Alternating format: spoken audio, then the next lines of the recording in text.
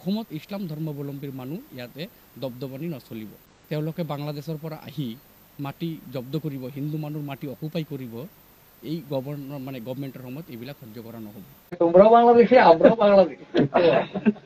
তোমৰাও বাংলাদেশি, আমৰাও বাংলাদেশি। আপোনালোকে জানে না, এই নেমচু যত এই চুমুৰ কথা মোৰ লগত নক'ব। এই নেমচু তাৰপিছত আইবি আমচু, we are not interested to listen that type of ward.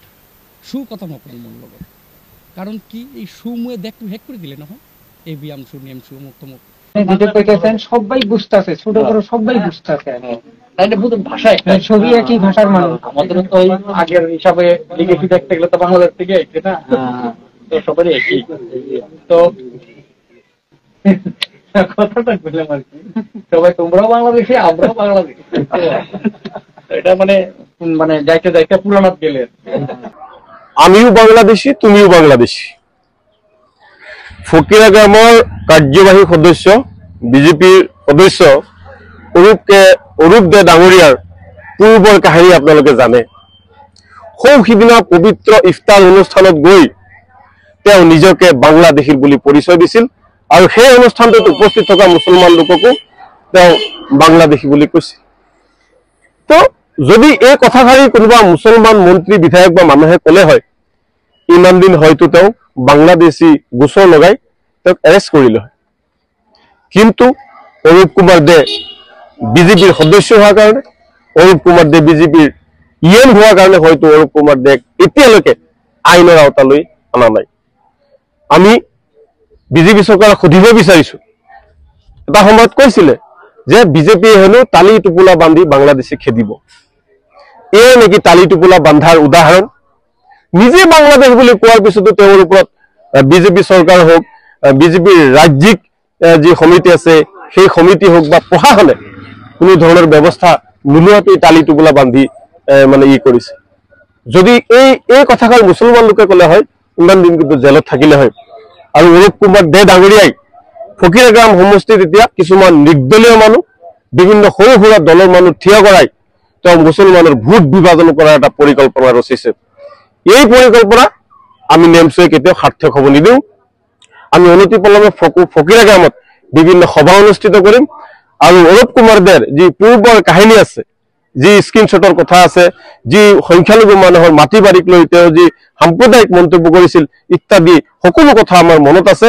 আৰু ফকিৰা গ্ৰামবাসী মুছলমান ৰাইজে অৰূপ কুমাৰ দেৰ এই কথাবিলাক পাহৰিব নালাগে। আমিও বাংলাদেশী, তুমিও বাংলাদেশী।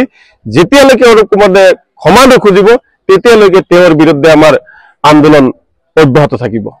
এইটো আমাৰ জয়ন্ত মল্ল ডাঙৰীয়াই স্পষ্টকৈ কৈ দিছে যে ইছলাম ধৰ্মাৱলম্বী দবদপানি অসমত নচলিব। বেলেগ কোন ৰাজ্যত কৰে কৰক, পশ্চিমবংগত কৰক, কি কৰক কৰক, অসমত ইছলাম ধৰ্মাৱলম্বীৰ মানুহ ইয়াতে দবদবানি নচলিব। তেওঁলোকে বাংলাদেশৰ পৰা আহি মাটি জব্দ কৰিব, হিন্দু মানুহৰ মাটি অকুপাই কৰিব, এই গভৰ্ণমেণ্টৰ সময়ত এইবিলাক সহ্য কৰা নহ'ব। আৰু এইটো মোৰ সমষ্টিত হৈছিলে। তেওঁলোকে জবৰদস্তি আহি আমাৰ হিন্দু মানুহক আটক কৰিছে, আক্ৰমণ কৰিছে, মহিলা মানুহৰ ওপৰত হাত তুলিছে, পিটিছে, ব্লাড ওলাইছে, মেডিকেল কলেজত এডমিট হৈ আছে। তো এইবিলাক সহ্য কৰা নহ'ব। সেইকাৰণে জয়ন্ত মল্ল ডাঙৰীয়া সন্মানীয় মন্ত্ৰী তেখেতে স্পষ্টকৈ কৈ দিছে যে নেক্সট টাইম এনেকুৱা হ'লে আমি কিন্তু বহি নাথাকোঁ গৃহীত অৱস্থালৈ।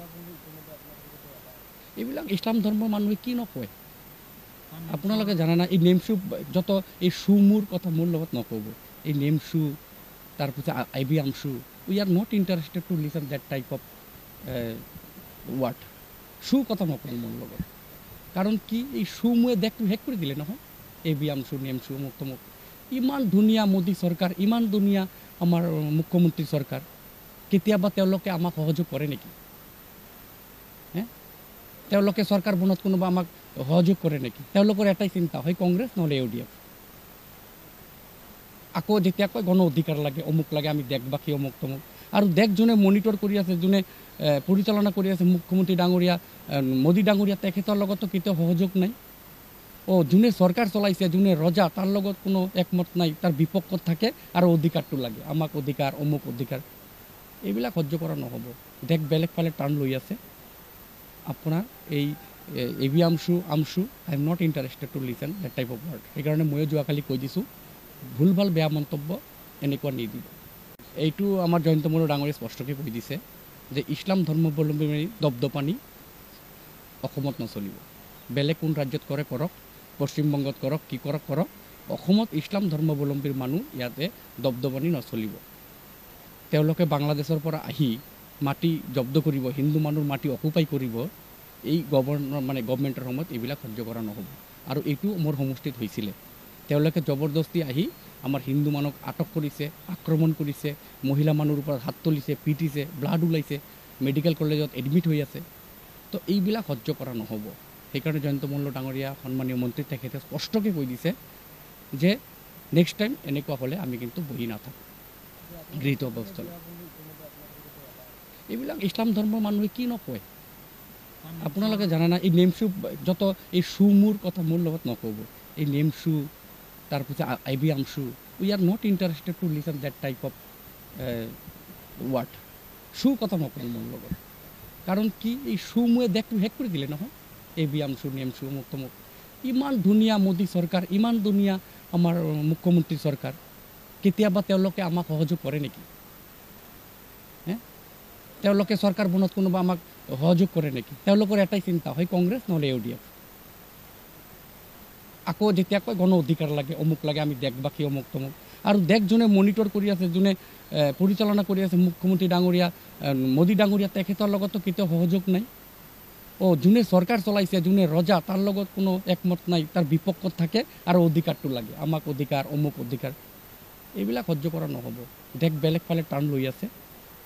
আপোনাৰ এই IBM শ্বু, আমশ্বু, I am not interested to listen that type of word. সেইকাৰণে ময়ো যোৱাকালি কৈ দিছোঁ, ভুল ভাল বেয়া মন্তব্য এনেকুৱা নিদিব।